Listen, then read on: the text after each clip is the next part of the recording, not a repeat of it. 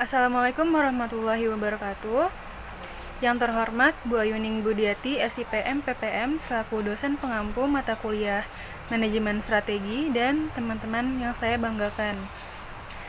Perkenalkan, nama saya Nabila Adinda Tasya dengan NIM 66612000122 yang pada kesempatan kali ini akan membawakan materi tentang manajemen strategi dari Untirta.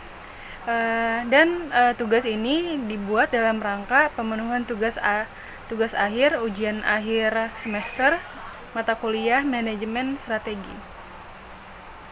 Baik, yang pertama yaitu ada visi misi dari Untirta. Visi Untirta yaitu menjadikan FISIP Untirta sebagai pelopor integrated, smart and green university yang unggul, berkarakter, dan berdaya saing di kawasan ASEAN pada bidang kajian ilmu sosial dan ilmu politik 2030. Dan misinya yaitu yang pertama, meningkatkan kualitas, relevansi, dan daya saing pendidikan serta lulusan yang unggul, berkarakter, dan berdaya saing di kawasan ASEAN. Yang kedua yaitu meningkatkan kualitas dan kuantitas penelitian dan pengabdian kepada masyarakat yang inovatif, berbasis kebutuhan nyata sesuai perkembangan zaman. Yang ketiga yaitu meningkatkan daya dukung tata kelola perguruan tinggi yang baik sebagai implementasi dari Integrated, Smart and Green atau It's Green University. Selanjutnya yaitu analisis visi dan misi dari Untirta. Dari visi yang dijabarkan tersebut dapat digambarkan cita-cita suatu organisasi di masa depan karena terdapat kata sebagai. Sedangkan pada ketiga misi tersebut terdapat cita-cita jangka panjang dan berorientasi ke depan karena terdapat kata meningkatkan. Selanjutnya yaitu tujuan dari Untirta yaitu yang pertama, tercapainya lulusan berdaya saing di kawasan ASEAN yang berkepribadian, berkarakter, dan menjunjung budaya lokal. Yang kedua yaitu terwujudnya kemandirian institusi sebagai lembaga bermutu dan berdaya saing di kawasan ASEAN yang didukung oleh tata kelola yang baik dan kemitraan strategis di dalam dan di luar negeri. Yang ketiga yaitu tercapainya mutu dan kompetensi dosen dan pegawai yang mampu merespon perubahan global. Yang keempat yaitu tercapainya hasil penelitian dan pengabdian pada masyarakat yang berkualitas dan terpublikasi dengan reputasi nasional atau internasional. Yang kelima yaitu tercapainya hilirisasi riset yang dapat dimanfaatkan para pemangku kepentingan.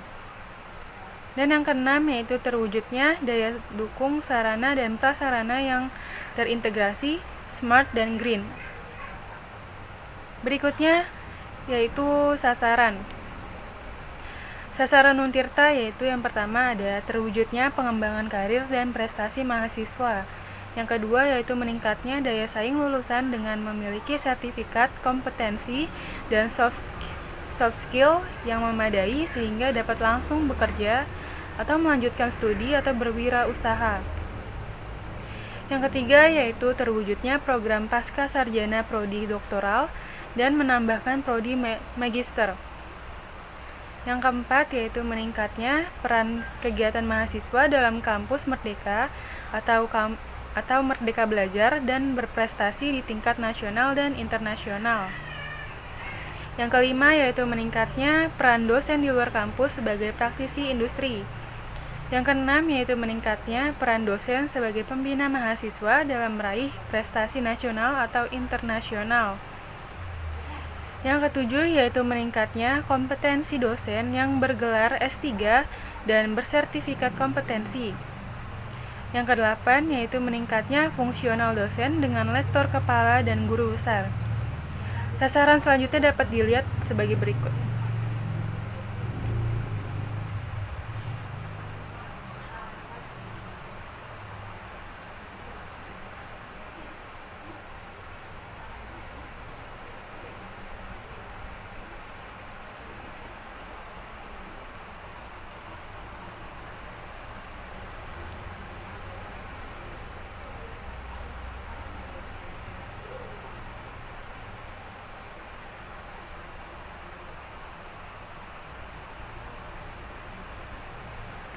Berikutnya yaitu analisis tujuan dan sasaran dari Untirta. Dari kelima tujuan di atas, sudah sesuai dengan misi yang ditetapkan oleh Untirta. Karena Untirta merupakan kampus dengan akreditasi A, maka baik dari segi institusi, tenaga pengajar, maupun fasilitas yang berada di dalamnya harus sesuai dengan kebutuhan dan berkualitas. Ini terbukti dengan banyaknya dosen yang sudah bergelar S2 dan Untirta sendiri sudah terakreditasi A serta mempunyai fasilitas yang memadai seperti shuttle bus dan laboratorium. Dan sasaran yang ditetapkan oleh Untirta sudah sesuai dengan tujuan yang ada dengan menggambarkan secara detail apa yang akan dicapai Untirta di masa yang akan datang.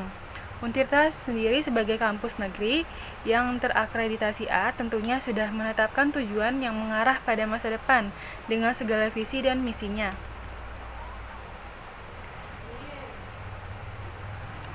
Selanjutnya yaitu EVAS.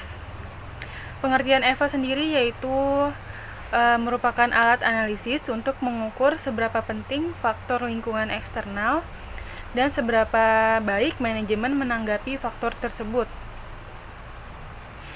Pengertian faktor eksternal yaitu peluang dan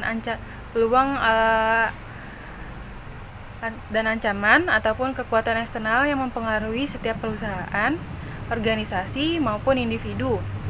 Faktor eksternal biasanya adalah hal-hal yang tidak dapat dikendalikan. Selanjutnya yaitu IFAS. Pengertian IFAS yaitu merupakan alat analisis untuk mengukur seberapa penting sumber daya internal bagi perusahaan dan seberapa baik kemampuan sumber daya internal yang dimiliki. Pengertian faktor internal sendiri yaitu yang terdiri dari strength, kekuatan, dan weakness. Untuk mengidentifikasikan faktor internal biasanya mencakup pengalaman yang perusahaan baik yang berhasil ataupun yang gagal. Berikut ini merupakan tabel EVAS. Faktor lingkungan eksternal yang terdiri dari peluang yaitu ada bekerja sama dengan program Kampus Merdeka, bekerja sama dengan Bank Nasional Indonesia dalam pengadaan bus kampus, bekerja sama dengan pemerintah Kota Serang dalam pembangunan kampus baru untuk kegiatan belajar mengajar yang lebih berkualitas dengan bobot totalnya sebanyak 0,6 dan nilai total sebanyak 2,61.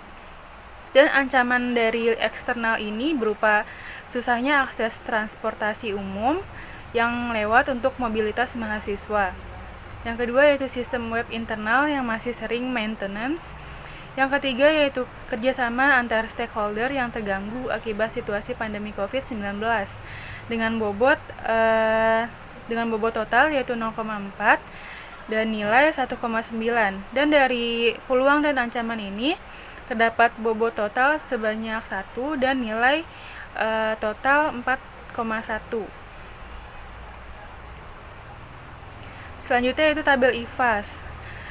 Faktor lingkungan eksternal itu terdapat kekuatan dan kelemahan. Kekuatan dari internal itu terdiri dari yang pertama, memiliki tenaga pengajar dengan kualifikasi pendidikan minimal S2 atau S3.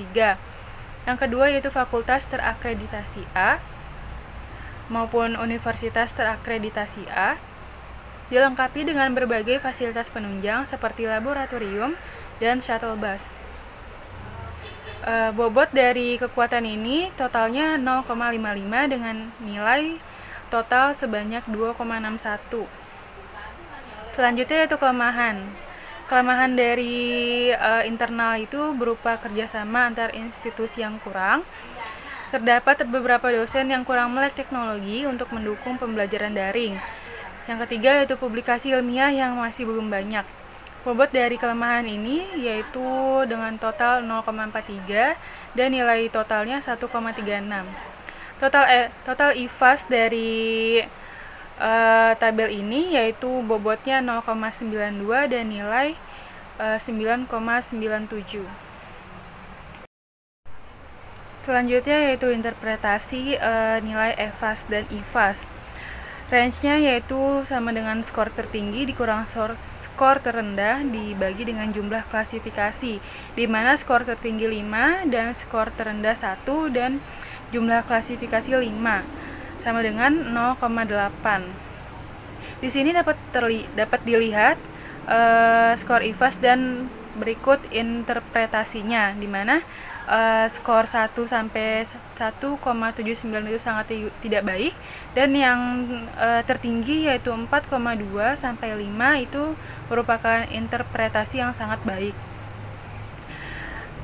Nilai EVAS dalam Untirta adalah 4,1, yang artinya strategi yang ditetapkan oleh Untirta saat ini memiliki kemampuan yang baik dalam merespon berbagai faktor di lingkungan eksternalnya. Nilai IFAS dalam Untirta adalah 3,97, yang artinya strategi yang ditetapkan atau yang diterapkan oleh Untirta saat ini memiliki kemampuan yang baik dalam mengelola sumber daya dan faktor internalnya. Berikut ini merupakan kuadran strategi dari nilai EVAS dan IFAS. Posisi Untirta ada pada kuadran 1, yang berarti bahwa nilai ini mendukung Untirta untuk memiliki peluang dan kekuatan yang baik sehingga dapat memanfaatkan kedua hal tersebut dengan menggunakan strategi agresif. Berikutnya yaitu analisis matriks SWOT. Yang pertama yaitu SO, di mana di sini terdapat tabel kekuatan dan peluang, dan dari tabel tersebut dapat kita simpulkan bahwa strategi yang tepat yaitu mempertahankan kualitas tenaga pengajar, akreditasi kampus, serta fasilitas yang dapat menunjang mahasiswa dengan bobot 0,12, rating 4, dan nilai 0,48. Yang kedua yaitu bekerja sama dengan stakeholder demi mencapai visi dan misi yang diinginkan dengan bobot 0,15, rating 4, dan nilai 0,6. Berikutnya yaitu WO. Di sini terdapat tabel kelemahan dan peluang, dan dari tabel tersebut dapat disimpulkan strategi yang tepat yaitu dengan memaksimalkan kerjasama antar stakeholder dan memberikan pelatihan untuk beberapa dosen yang kurang melek teknologi sebelum melakukan kegiatan pembelajaran dengan bobot sebanyak 0,11, rating 3, dan nilai 0,44. Dan berikutnya yaitu tabel ST. Di sini terdapat tabel kekuatan dan ancaman, di mana dari tabel tersebut dapat disimpulkan strategi yang baik adalah memperbanyak jadwal shuttle bus agar mahasiswa dapat dengan mudah melakukan mobilisasi dengan bobot 0,17, rating 3, dan nilai 0,51. Yang kedua yaitu memperkuat sistem web agar terhindar dari sistem yang maintenance saat banyak mahasiswa yang memakainya dengan bobot 0,14, rating 3, dan nilai 0,42. Berikutnya yaitu analisis matriks SWOT (WT). Di sini terdapat tabel kelemahan dan ancaman, di mana pada tabel tersebut dapat disimpulkan bahwa strategi yang baik yaitu dengan saling bekerja sama antara stakeholder demi mewujudkan visi dan misi Untirta dengan bobot 0,13, rating 4, dan nilai 0,52. Yang kedua yaitu melakukan pelatihan untuk beberapa dosen yang kurang melek teknologi sebelum melakukan kegiatan pembelajaran dengan bobot 0,18, rating 3, dan nilai 0,54. Selanjutnya yaitu interpretasi matriks SWOT. Dalam tabel dapat dilihat bahwa masing-masing kategori beserta bobot, rating, dan nilainya. Dan dari hasil analisis strategi SWOT didapatkan total nilai yaitu 3,51, yang dimana berinterpretasi baik jika strategi tersebut diterapkan kepada Untirta. Skor skor baik atau tidaknya dapat dilihat pada tabel di bawah ini. Berikutnya yaitu implementasi dan evaluasi dengan balance scorecards. Di sini terdapat perspektif, tujuan, dan indikator, di mana perspektifnya yaitu perspektif finansial, ada perspektif customer, perspektif organisasi internal, dan learn and growth, beserta tujuannya dan indikatornya masing-masing. Baik, demikian yang dapat saya sampaikan, kurang lebihnya mohon maaf. Wassalamualaikum warahmatullahi wabarakatuh.